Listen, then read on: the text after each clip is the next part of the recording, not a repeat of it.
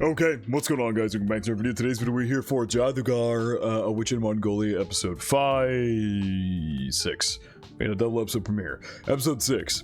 Last episode, this episode is probably going to be mostly a Toregene flashback, which I'm very excited for, but Shtada has unintentionally ended up under her wing, so we're going to see how that plays out, because she made threats on the new Great Khan's life, and he just brushed her off, and so I'm very curious to see what her dynamic is with the guy, and just see how that evolves, or how that was established and what's going on there.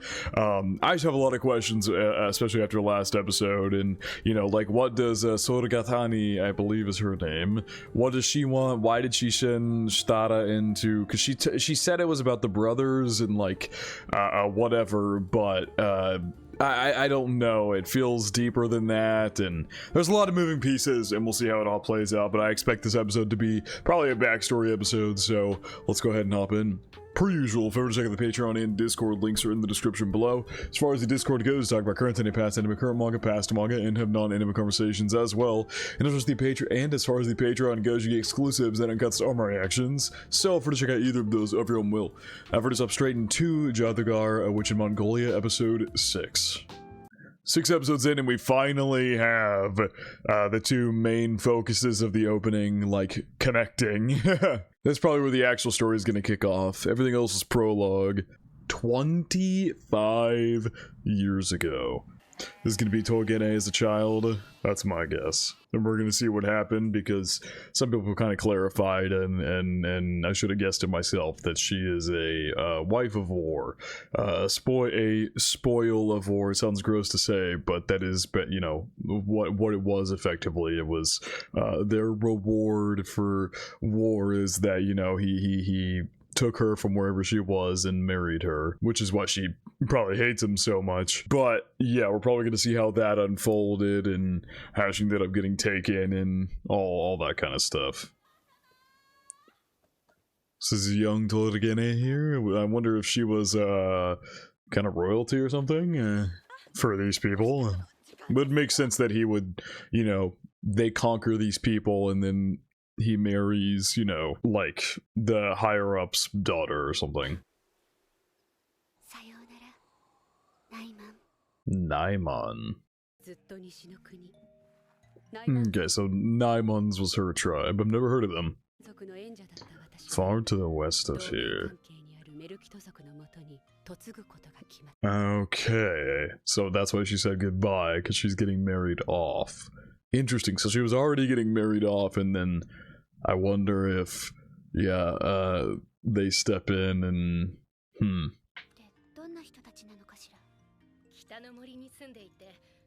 Live in the woods to the north, and many are skilled bowmen called Mergen.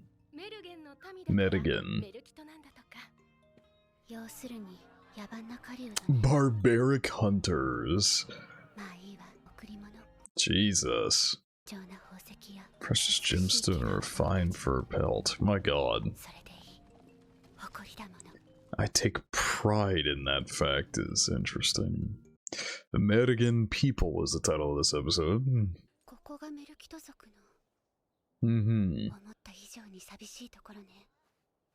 Drearier than I expected.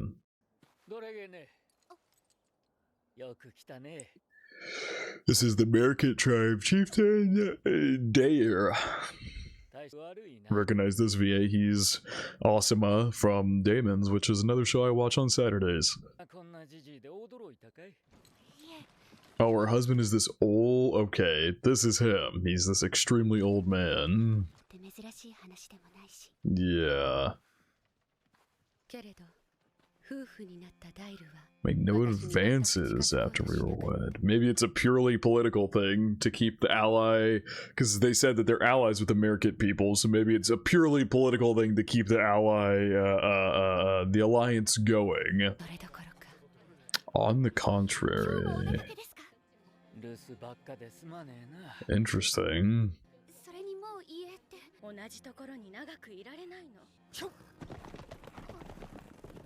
Are they going to scout out a new area or something?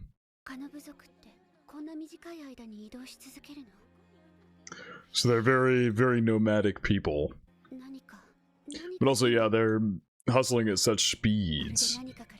It's as if we're fleeing from something. I wonder if her own people, the name Naimans or something, wed her off to this guy who didn't actually want her or anything like that, but they wed her off because they knew they were in danger or something, and being with this group would help them move faster and evade.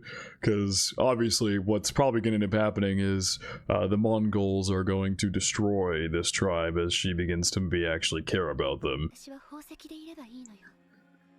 Oh, but she's actually sad. Seems she's actually grown to care for these people or worry about, you know, her future and why they're running. And okay, so yeah, not necessarily that she cares about these people, but she's worried what they're running from and her own life, and she's actually starting to value herself here. Instead of just thinking herself as like a gemstone or a prize, actually worrying about herself as a human being. I wonder if her home people even exist anymore. Is she trying to run away? Oh my god. Won't, nor will anyone else. Oh, Jesus. Oh, they killed a snake that was next to her. Is she gonna make some friends? I recognize that VA. They got a lot of famous VAs for this show. Quoltukan. That is a hard name to pronounce. I probably am still pronouncing it wrong. My new mother? Okay. Dair's daughter. And she's just now meeting them?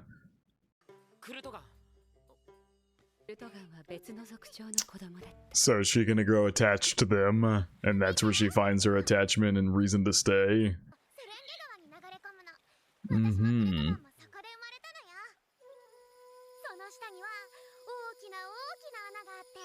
There's a great big hole into which all the world's rivers flow. Of course, because back then they just believed, you know, I mean, I guess also, I mean, technically speaking, all rivers gotta...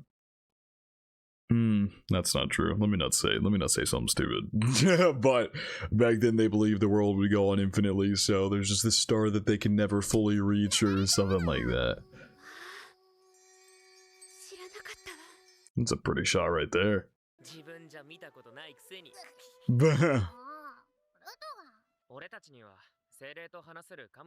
Power of comms to converse with spirits.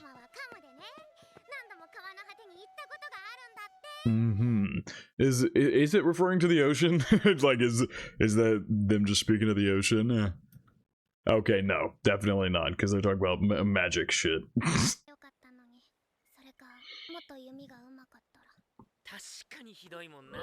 Damn.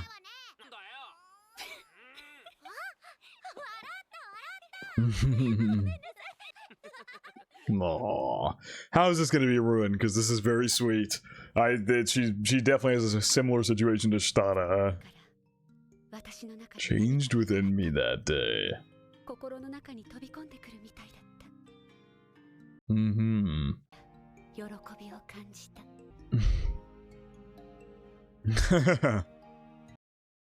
Just having a very slowly sidestep his way. Oh. And then he started holding with one hand. Discontent and sorrow too. She started actually becoming a person and seeing herself as a person and feeling the emotions of a person instead of just consistently treating herself as though her opinion holds no value, her thoughts hold no value, and she's nothing more than a prize. She treats herself like the actual person she is and experiences life. I honestly, truly, it would not shock me if Dair sees her as like a daughter as well. It very, like back then there was definitely like significantly older people actually having romantic relations with younger children, which is just a disgusting fact of how times used to be. But where that was more commonplace. Of course, disgusting things like that still happen, but it's significantly less common and stuff like that. Anyway, besides the point.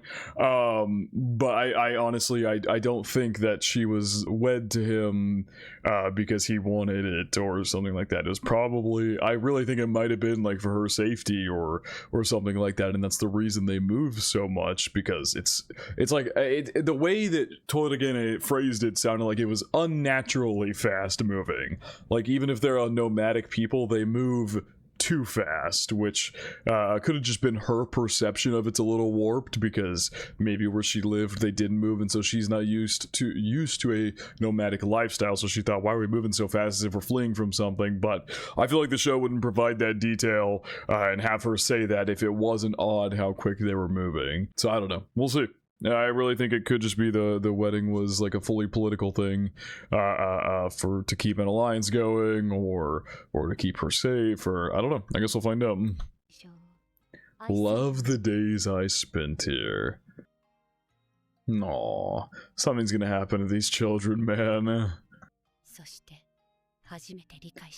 I understood why you were running, why you were moving so quickly all the time. Oh no. Oh god. Chieftain's armies have been bested. Oh god. So yeah, her whole group got taken down by the Mongols.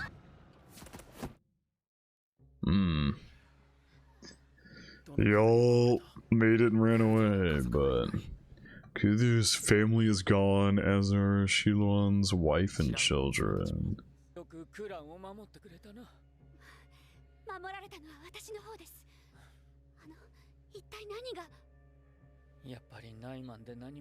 Yeah, okay, here we go. The Naiman's told you nothing. Our people haven't it. The Mongols. Yep. And so I think I was correct. I think I was exactly on the money about the Naimans giving her to them, so because they are good at moving. Whoa.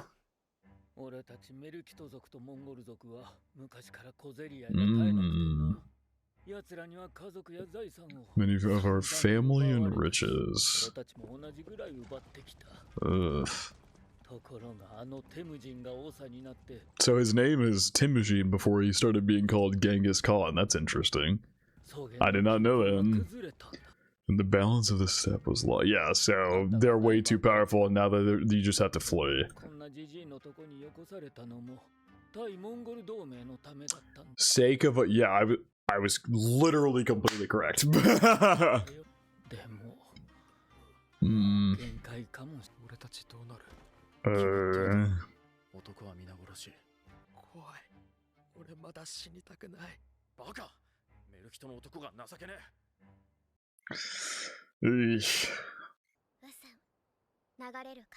A word for the flowing river.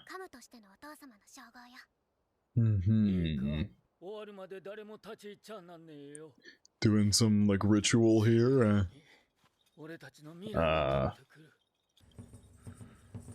Whoa. The animation. So yeah, it is like a ritual dance for him to sense what the spirits have to say. Oh my god. This is really cool. Even if, like, obviously this shit is not... Oh my god. So pretty. Whoa. I don't know if we are bringing actual supernatural elements into this show or what, but like it's really cool to see. This is probably like genuine. A lot of people said that the author did a ton of research for the series, so I'd assume this is like genuine like ritual stuff that these people did back then, and it's really cool to see, even if obviously, you know, none of that is necessarily real. Whoa, this looks so cool.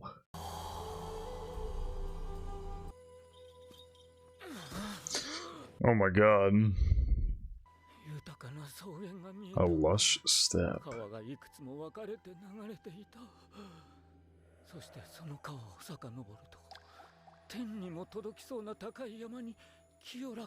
I found a pure riverhead. Dude, the visuals are so gorgeous.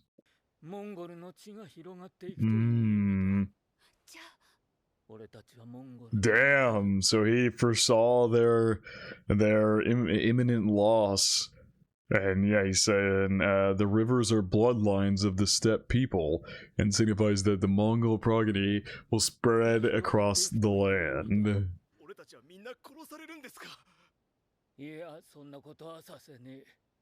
So you're gonna try to strike a deal? We'll live on even after we surrender to the Mongols. We'll have to give appropriate tribute in exchange.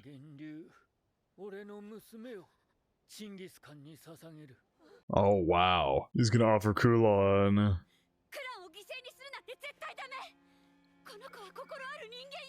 Wow, and Torgene is the one saying that. I love that development.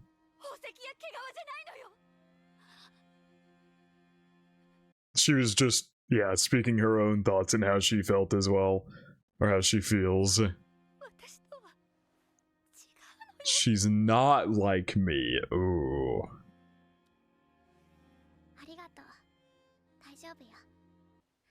Hmm.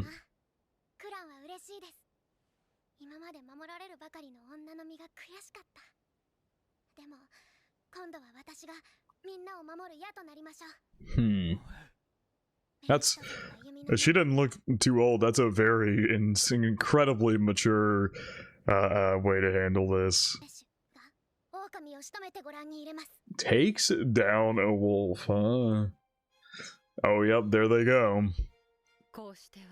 Wow.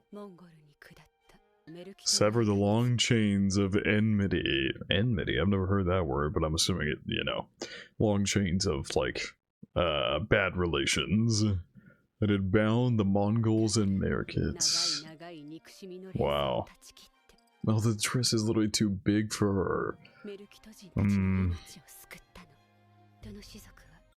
Oh, really?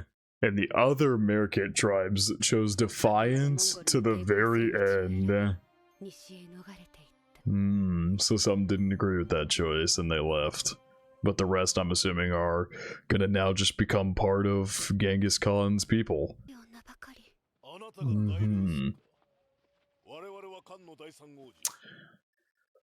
I think I called him Odagai earlier, excuse me, Ogadai.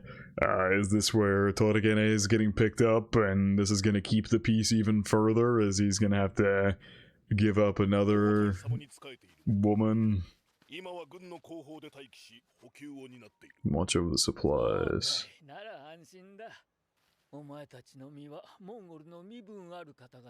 Jesus!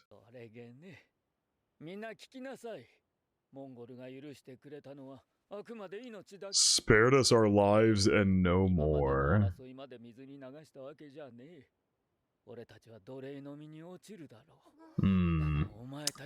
Okay, so he's giving them to the nobles to be like, we will probably all be made into slaves, and, you know, our lives have been spared, but we're not gonna be in the best situation.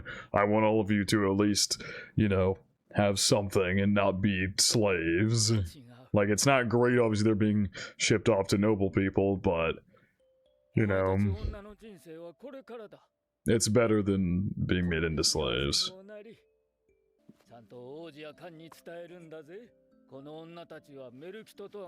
No longer Merkits from here on out. Damn! Yeah, he's saying they're not Merkits, so don't treat them as such. They're Mongols, treat them like your own people.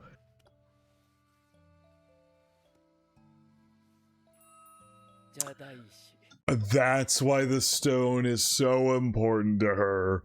That's why her stone is so important to her, because it was given to her by Dyer.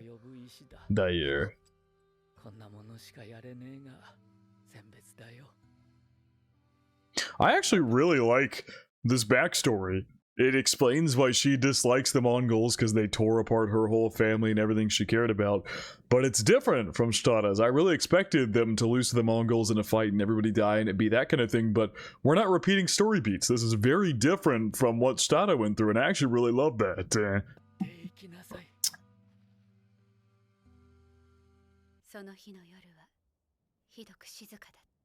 And now we're back to the current time. Or that was Toragene in the current day talking.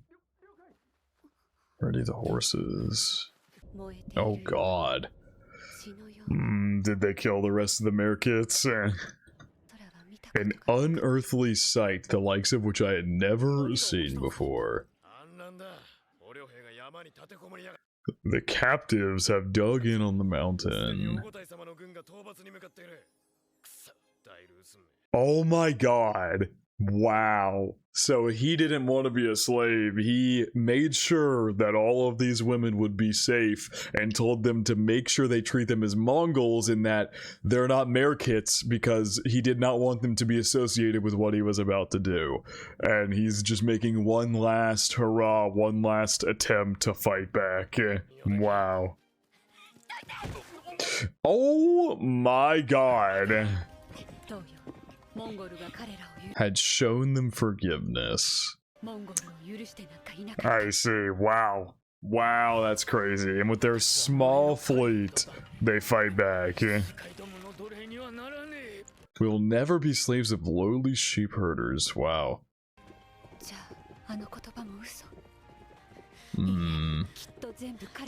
Yeah, that's why he did what he did before they did this, so you guys would be as safe as possible.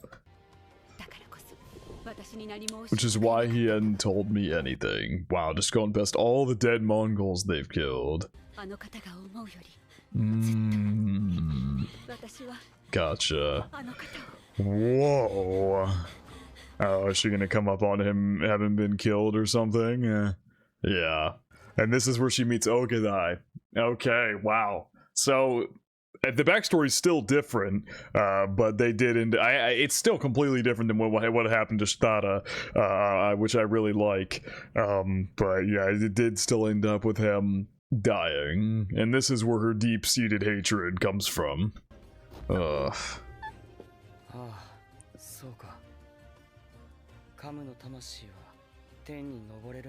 I had forgotten that Kam's soul can rise to the heavens. I only aided its escape by puncturing. Dude, holy, the lighting is so, the coloring is so beautiful. A red river in the sky.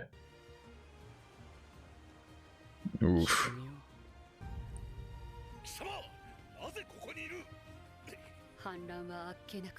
I mean, they had like very few people.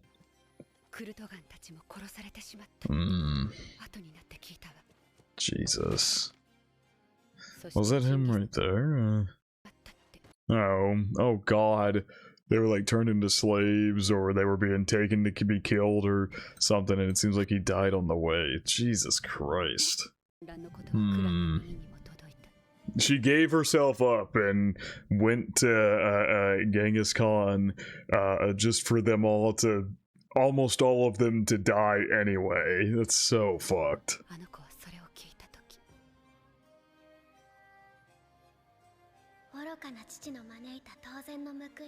My father brought his fate upon himself with his folly. Oh, Jesus. I can't tell if she genuinely means that or if she's just saying that for survival, like she can't agree with what he did lest her position be tarnished. How could you wear a smile back then?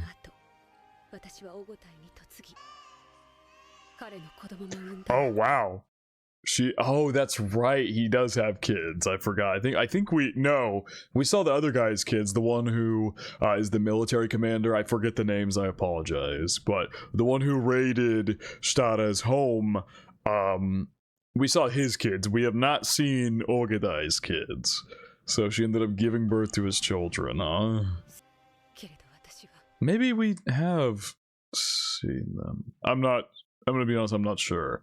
I thought we saw the other guy's kids, but maybe we saw Ogredai's kids and I'm just forgetting. So I'm assuming by this line, how could you wear a smile, that she was just putting on a smile to save face. She couldn't show that she was upset or pissed off or anything like that. And all that time you never lost your hatred. That will ravage this empire. Oh my god.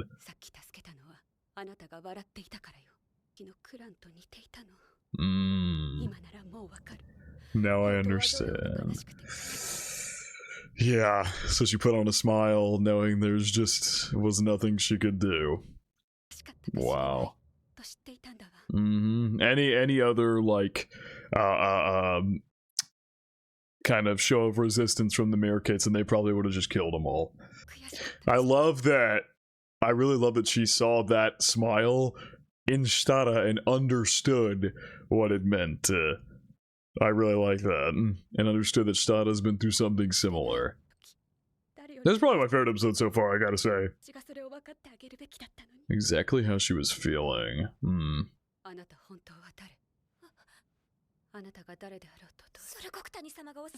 Oh.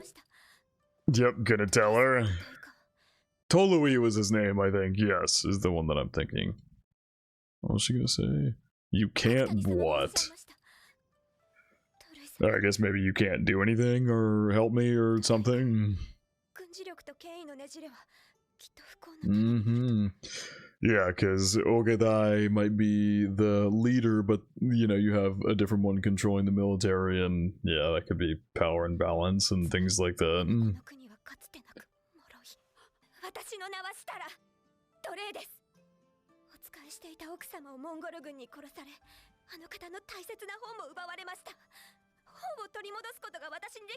Should have been to get her book packing yet. I haven't done anything yet.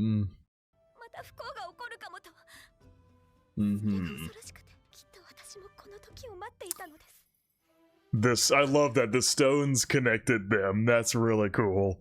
But I mean, I'm curious if she's really gonna, if this whole story is gonna be about revenge, because you know, typically when you think of revenge stories, you think of the motif or theme of the revenge story is that revenge never is a good thing. It never accomplishes anything. You never feel better from it. But the whole thing is, the whole premise is these two wanting revenge on the Mongols. So I'm just very curious where that's going to develop. But I really like that the stones are what connected them. Must be the moment I've been waiting for.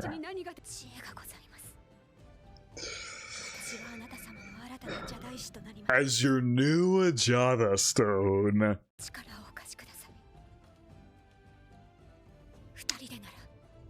Yo.